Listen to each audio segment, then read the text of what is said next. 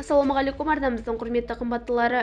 Қазақстандағы және әлемдегі болып жатқан ең соңғы жаңалықтарды алғашқылардың қатарында білгіңіз келсе, бейне астындағы лайк және подписация таңбаларын басып, біздің арнамызға жазылуды ұмытпаңыз. Егер сіз жазылған болсаңыз, онда біз бастадық. Курьерлерге тұмауға қарсы вакцина тегін салынуы мүмкін. Қазақстанда курьерлік жеткізу қызметімен айналысатындарға тегін вакцина салынуы мүмкін, деп хабарлайды Бақ.кз тілшісі. Бұл туралы Денсаулық сақтау министрлігі Ақмарал Әлназарова Сенаттың кулуарында берген сұхбатында мәлімдеді. Вакцина алатындары негізгі екіге бөлуге болады. Өз бетінше вакцина алатындар, яғни ақылы салдыртатындар мен тегін салынатын топтар. Жылда үкімет есебінен халықтың 11%, 2 миллионнан астам вакцинамен қамтылады.